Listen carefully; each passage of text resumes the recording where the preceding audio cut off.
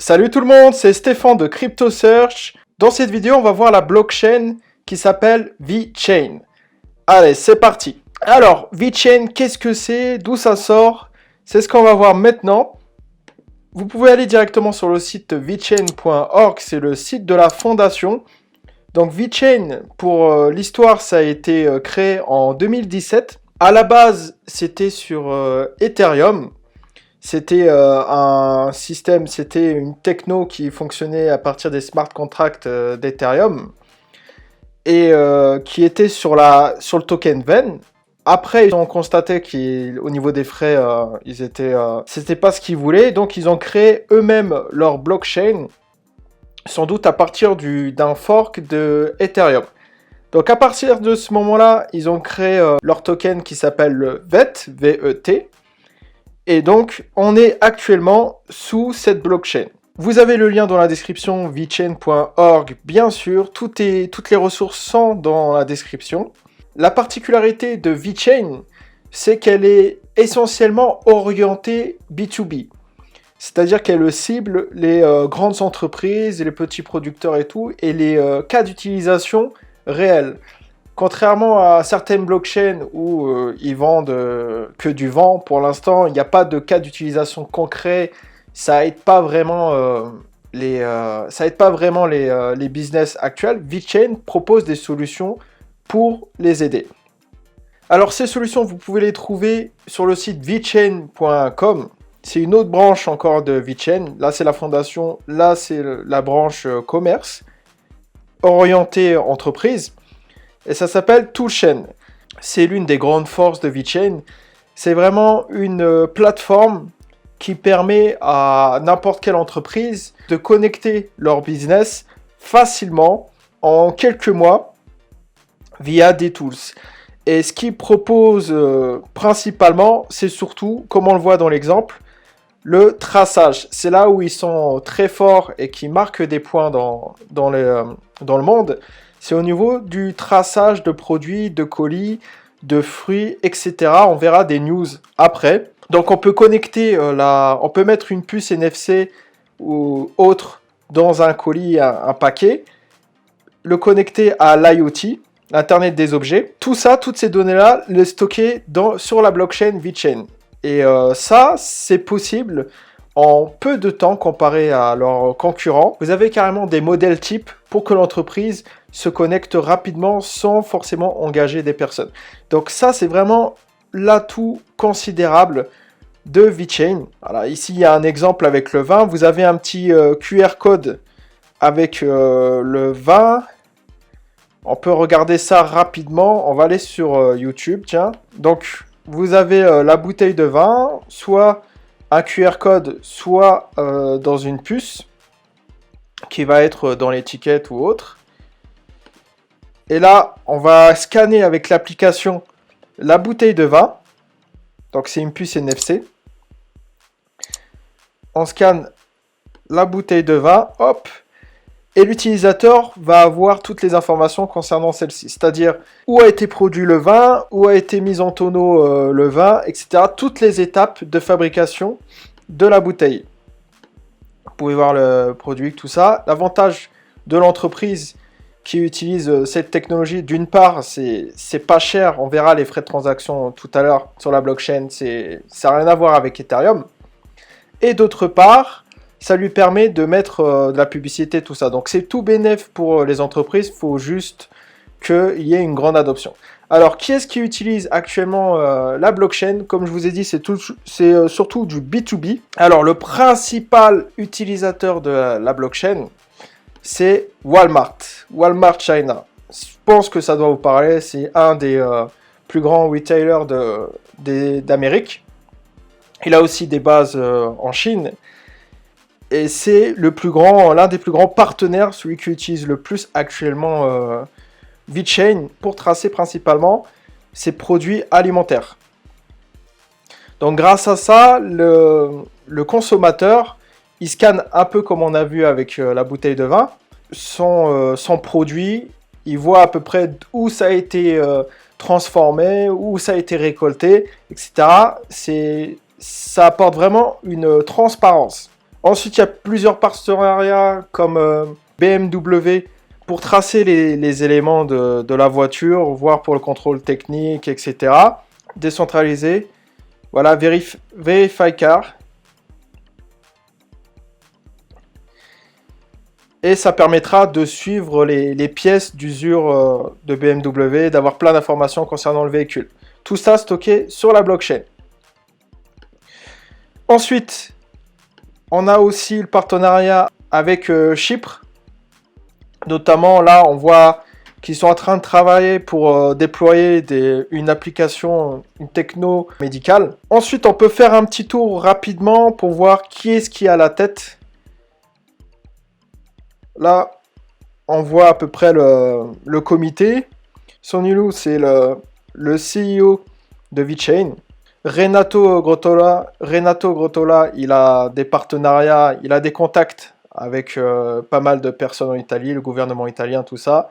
D'où l'apport en Italie. Alors, pour ce qui est du fonctionnement de VeChain, on va rentrer un peu dans le côté technique. VeChain fonctionne avec une Proof of Authority, c'est-à-dire que, contrairement à Ethereum, qui est Proof of Work, c'est-à-dire que actuellement c'est du minage, de la puissance de calcul via des machines pour vérifier l'authenticité des blocs. Ici, c'est Proof of Authority. C'est beaucoup plus simple. C'est-à-dire qu'ils ont attribué 101 serveurs, masternode, et ils leur ont donné la permission de valider les blocs. Dans ces 101 nodes, il y a les entreprises qui participent, qui ont des projets sur VeChain. Donc, ça rassure les entreprises, surtout du côté du B2B, parce qu'ils sentent encore qu'ils ont le contrôle, parce qu'ils ont un serveur, ils ont le contrôle de leurs informations. Donc normalement, c'est pas sujet au changement, c'est 101 nodes, ça devrait rester pendant un bout de temps. Ces 101 nodes, normalement, ils ont des audits, ils sont sécurisés, tout ça. Mais on n'est pas encore, on n'est pas dans l'idéal de la scalabilité totale avec plus de 1000 nodes, un peu comme Ethereum ou Bitcoin. C'est pas, la blockchain VeChain n'est pas aussi décentralisée que certaines blockchains. Au niveau de la gouvernance, c'est surtout, là, on a un petit truc, mais c'est surtout, ça vient surtout d'en haut. Et pour finir, le modèle économique, on a 2 tokens. C'est différent de ce que l'on trouve régulièrement dans l'univers blockchain. On a le token VET qui permet le stacking. C'est principalement, vous pouvez faire des achats avec, c'est un token classique. Et le VTHO, qui est l'énergie utilisée pour les transactions. Il faut savoir qu'en possédant des VET dans des wallets agréés comme les wallets officiels ou les wallets comme Exodus ou Atomic Wallet, vous gagnez des VTHO pour un nombre de VET, pour une quantité de VET définie. Vous avez des calculateurs, vous pouvez taper VeChain VET Calculator sur Google, je vous mettrai un lien aussi, qui va vous définir le nombre de VTHO gagnés. Du coup, pour que le VET augmente, le prix du VET augmente, et même le prix du VTHO, il faut que la demande en VTHO augmente aussi. Donc, il faut miser là-dessus. Plus le VTHO augmente, plus les entreprises utiliseront VeChain, et plus vos VTHO vaudront quelque chose. VeChain est disponible sur la plupart des grosses plateformes d'échange comme Binance par exemple. On a fait le tour là-dessus. Vous avez plein d'autres documentations. Avantages, inconvénients. Bien sûr, je répète dans les autres vidéos, cette vidéo n'a pas pour but de vous conseiller d'acheter, c'est ma propre opinion. Et vous devez faire aussi vos propres recherches. Donc, pour moi, les avantages de VeChain, c'est surtout sa capacité à s'introduire dans le marché B2B rapidement. D'ailleurs, si on voit dans les annonces, ils travaillent aussi avec Mastercard pour toujours la supply chain au niveau de l'Australie pour fournir leurs solutions de traçabilité. C'est la facilité d'utilisation du produit qui est vraiment un plus pour VeChain pour son expansion et l'adoption de cette blockchain au niveau global, au niveau grand public. Aussi, il y a la communauté VeChain, c'est une grande communauté. Vous avez Vous avez une bonne ambiance, tout ça, donc c'est vraiment sympa à utiliser. Bon, même si on est là aussi pour l'investissement. Il y a ce côté 101 nodes qui est contrôlé par les entreprises, donc c'est un gage de stabilité et de sécurité quelque part. Et vous avez aussi des grosses news comme ça. Ils travaillent beaucoup avec le gouvernement chinois. Et d'une part, ça c'est l'une des plus grosses news qui est tombée 18 septembre. Ils font partie de la Food Safety Alliance et en tant que fournisseur officiel de la blockchain.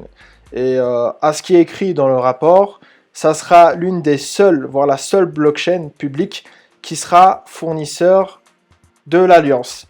Et quand vous regardez le nombre de compagnies qu'il y a dans cette alliance-là, vous voyez qu'il y a 130 compagnies. Et dans ces compagnies-là, il y a Starbucks, McDonald's et Walmart. Et il y a aussi des grosses compagnies comme Cargill qui fournit pas mal d'alimentation. Donc c'est très gros cette annonce-là, mais ça va prendre beaucoup de temps, le temps qu'ils développent leurs produits sur la blockchain, qu'ils fassent des tests, etc. Au niveau du B2B, ça prend beaucoup plus de temps qu'au niveau classique, particulier ou startup. Donc VeChain, c'est vraiment un investissement long terme. Voici pour les avantages de VeChain. Maintenant, je vais venir sur les inconvénients. Pour ma part, premier inconvénient, c'est comme je disais, les 101 Authority Nodes. Pour moi, ça peut être un avantage et un inconvénient dans le sens où actuellement, on ne peut pas créer de masternode pour nous-mêmes pour valider les blocs. Donc, c'est contrôlé par les entreprises. On ne peut pas participer activement avec les masternodes. On peut stacker des VET, mais ça ne participe pas à la validation des blocs. Et deuxièmement, il peut y avoir des problèmes de gouvernance, dont je reparlerai dans les projets qui sont sur VeChain plus tard. Problème de gouvernance, c'est-à-dire que c'est VeChain qui a le contrôle total sur ce qui se passe sur la blockchain. Ils font un peu ce qu'ils ont envie de faire. Mais je regrette un peu cette histoire de gouvernance où la communauté n'a pas vraiment d'impact sur les décisions, même si on le voit là. Contrairement à ce que l'on voit sur Cardano, ce qu'on essaye de faire. Dernière chose, si vous voulez suivre l'activité de la blockchain VeChain, il y a un très bon site pour cela créé par la communauté.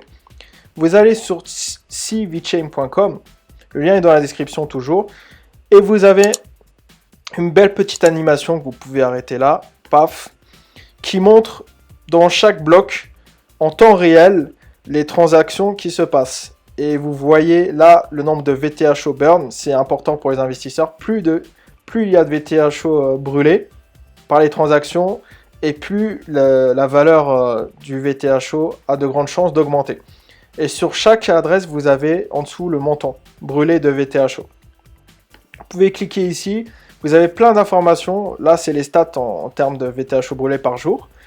Et vous avez les contrats, les smart contracts, et vous avez aussi les grands utilisateurs de la blockchain. Donc, comme je vous ai dit, vous avez Walmart China qui cartonne, 92 567 transactions sur la blockchain. Voilà pour cette vidéo. N'oubliez pas de vous abonner à la chaîne pour être au courant des nouvelles vidéos qui vont sortir. Si vous voulez nous soutenir, n'hésitez pas à rejoindre notre pool Cardano Solia. N'hésitez pas à voir les vidéos sur Cardano si vous ne savez pas ce que c'est. Et on se dit à très vite dans la prochaine vidéo.